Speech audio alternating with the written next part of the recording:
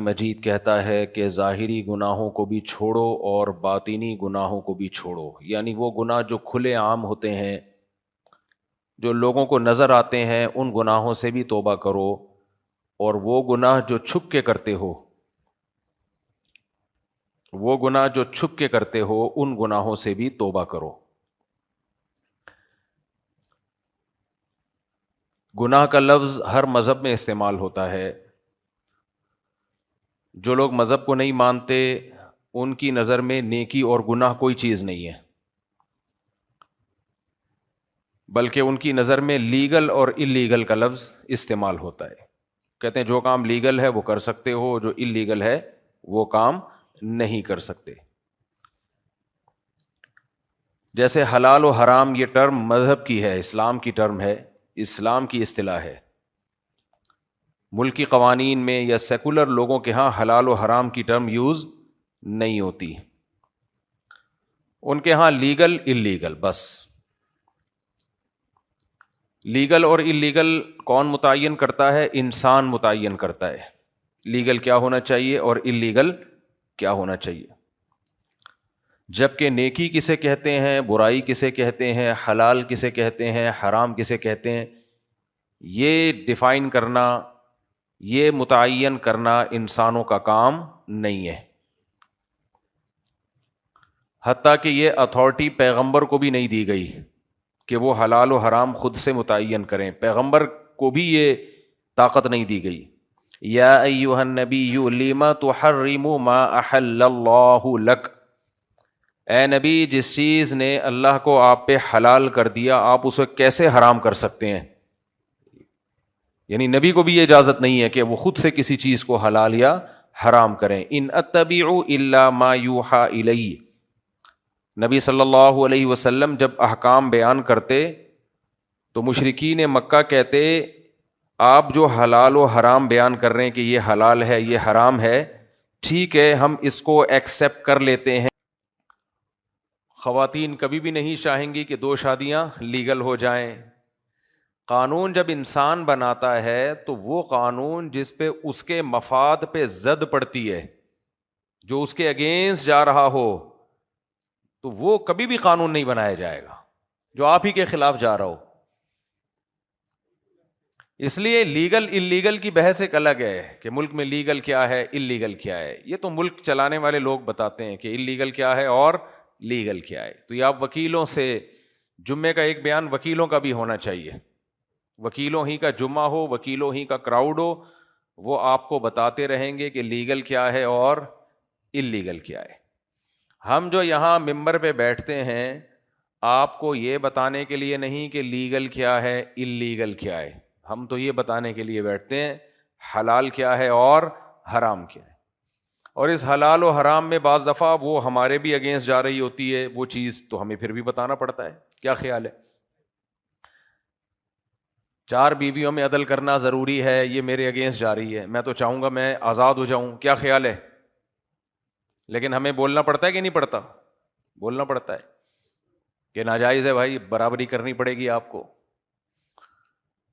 یہ ہر شخص کی خواہش ہوتی ہے، جسے کہتے ہیں نا میٹھا میٹھا ہپ ہپ اور کڑوا کڑوا تھو تھو۔ تو اب کوئی مولوی صاحب حلال و حرام بتائیں یا کوئی بھی مذہبی رہنما، تو وہ بیچارہ خود بھی وہ تمام قوانین اس کے اوپر بھی اپلائی ہو رہے ہوتے ہیں۔ تو اس لیے میرے بھائی لیگل اللیگل سے زیادہ نا حلال و حرام کے چکر میں پڑا کرو، سمجھ رہے ہو؟ لیگل اللیگل میں بھی پڑھو تاکہ حکومت سزا نہ دے، غیر قانونی کام مت کرو۔ اب لیگل اللیگل اور حلال حرام میں ایک فرق اور آپ کو بتا دوں، میں نے بیان میں بتایا تھا کہ اسمگلنگ سے جو آمدن ہوگی وہ آمدن حلال ہوگی۔ اسمگلنگ اگرچہ غلط کام ہے اللیگل ہونے کی وجہ سے، اس پہ بہت سارے لوگ چیخ اٹھے تھے جو اسمگلنگ کر نہیں رہے تھے یا ان بیچاروں کو موقع نہیں مل رہا اسمگلنگ کا، بہت سارے چیخ اٹھے یہ مولوی دیکھو غیر قانونی کاموں کی لوگوں کو ترغیب دے رہا ہے، یہ لوگوں کو اسمگلر بنا رہا ہے۔ اس پر میں نے وضاحتی بیان جاری کیا تھا، میں اسمگلنگ کی ترغیب نہیں دے رہا، اس لیے مت کرو۔ اور میں تو صرف یہ بتا رہا ہوں کہ اسمگلنگ سے جو آمدن آئے گی تو یہ کام ناجائز ہو کے بھی وہ آمدن جائز ہوگی. سمجھ میں آ رہی ہے بات؟ بعض دفعہ کام ناجائز ہوتا ہے غیر قانونی ہونے کی وجہ سے، ارننگ حلال ہوتی ہے، اس لیے کہ ارننگ کا تعلق حلال و حرام سے ہے، اور حلال و حرام کرنا کس کا کام ہے؟ اللہ کا کام ہے. تو اللہ نے کہا ہے کہ اپنے حلال پیسوں سے کوئی چیز خریدی ہو اس کو بیچ کے جو ارننگ ہوگی وہ حلال ہوگی آپ کی. اس کو حرام کہنے کے لیے قرآن و سنت سے کوئی دلیل چاہیے.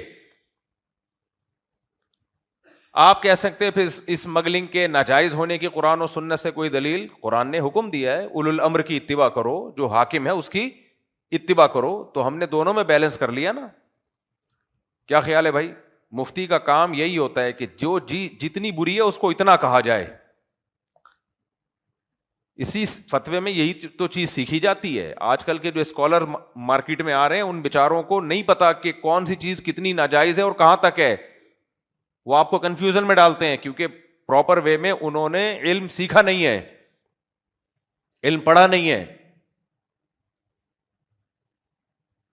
تو اسمگلنگ اگر اس سے ملک کو نقصان ہو رہا ہے تو وہ کیا ہے؟ ناجائز. کیوں؟ اطیعوا اللہ و اطیعوا الرسول و اولی الامر منکم، اللہ رسول کی بھی اطاعت کرو اور جو حاکم ہے، حکومت ہے، اس کے قانون کو بھی فالو کرو، بشرطے کہ وہ قانون شریعت کے خلاف نہ ہو. کیونکہ لا طاعت لمخلوق فی معصیت الخالق، خدا کی نافرمانی میں آپ مخلوق کو فالو نہیں کر سکتے. خدا کی نافرمانی میں حاکم بھی آتا ہے. حکومت اگر آپ کو نماز پڑھنے نہیں دیتی تو بھی پڑھنی پڑے گی آپ کو نماز. حکومت کہتی ہے داڑھی کاٹ دو تو بھی داڑھی رکھنا کیا ہے؟ لازم ہے. آپ حکومت کے قانون کو فالو نہیں کر سکتے، اس میں خلاف شریعت ہے. لیکن جہاں خلاف شریعت نہ ہو، اس کا تعلق انتظام سے ہے، مینجمنٹ سے ہے، تو پھر حکومت کے قانون کو فالو کرنا لازم ہے. تو اسمگلنگ میں یہی ہوتا ہے کہ اگر لوگوں کو پرمیشن دے دی جائے علی اطلاق اسمگلنگ کی تو ملک کی اکانومی بیٹھ جاتی ہے، نقصان ہوتا ہے کنٹری کو. اس لیے علماء نے کہا ہے کہ اسمگلنگ کرنا ٹھیک نہیں ہے، لیکن اس کی ارننگ کے حلال یا حرام ہونے کا لیگل یا اللیگل سے نہیں ہے. ارننگ جب حرام ہوگی جب آپ شراب بیچیں گے، ارننگ آپ کی جب حرام ہوگی جب آپ چوری کے مال سے پروڈکٹ خرید کے بیچیں گے. اسمگلنگ آپ کی جب حرام ہوگی جب آپ مردار فروخت کریں گے یا بہنوں کی وراثت کا پیسہ کھا کے مال خرید کے فروخت کریں گے. آپ کا اپنا پیسہ ہے، آپ کی جو ارننگ ہوگی وہ آپ ہی کی ہوگی، بلکہ اسلام یہ کہتا ہے کہ وہ پیسہ لوگوں کا حکومت کے لیے غصب کرنا حرام ہے. سمجھ میں آ رہی ہے بات کہ نہیں آ رہی ہے؟ کسٹم والے وہ کھا جاتے ہیں نا کہ آپ اللیگل لے کر آئے ہو. آپ کس بیس پہ کھا رہے ہو بھائی؟ گورنمنٹ آپ سے لے لیتی ہے، کس بیس پہ لے رہی ہے گورنمنٹ؟ اللیگل کام پہ آپ کو سزا مل سکتی ہے، آپ کی چیز کوئی ہڑپ نہیں کر سکتا، کوئی اجازت نہیں ہے. سمجھ میں آ رہی ہے بات کہ نہیں آ رہی؟ لیکن گورنمنٹ اتنا اللیگل کا مولویوں کو مشورہ دیتی ہے جو گورنمنٹ کے فیور میں جا رہا ہے. اس میں گورنمنٹ کہتی ہے کہ آپ اس کو پروموٹ کریں، آپ بتائیں یہ ناجائز ہے. آپ جو لوگوں کے مال کو ہڑپ کر جاتے ہو، اب اسمگلنگ کی کوئی چیز آئی، آپ نے بیچ کے وہ پیسہ کھا لیا، مدہ ذلہ العالیہ، اسمگلنگ کا پیسہ کھا لیا، آپ کے لیے کہاں سے حلال ہو گیا وہ؟ اسلام میں جس کا مال وہ اس کا مالک ہے. جس نے اپنے پیسوں سے مال خریدا، ملکیت کس کی ہے؟ بولو بھائی، اسی کی ہے. اس کی ملکیت کو اس کی مرضی کے بغیر آپ غصب نہیں کر سکتے. اور اگر آپ نے کسی وجہ سے اس کو رکھ لیا تو اس کی ویلیو، قیمت اس کو دینی پڑے گی آپ کو. سمجھ میں آ رہی ہے بات؟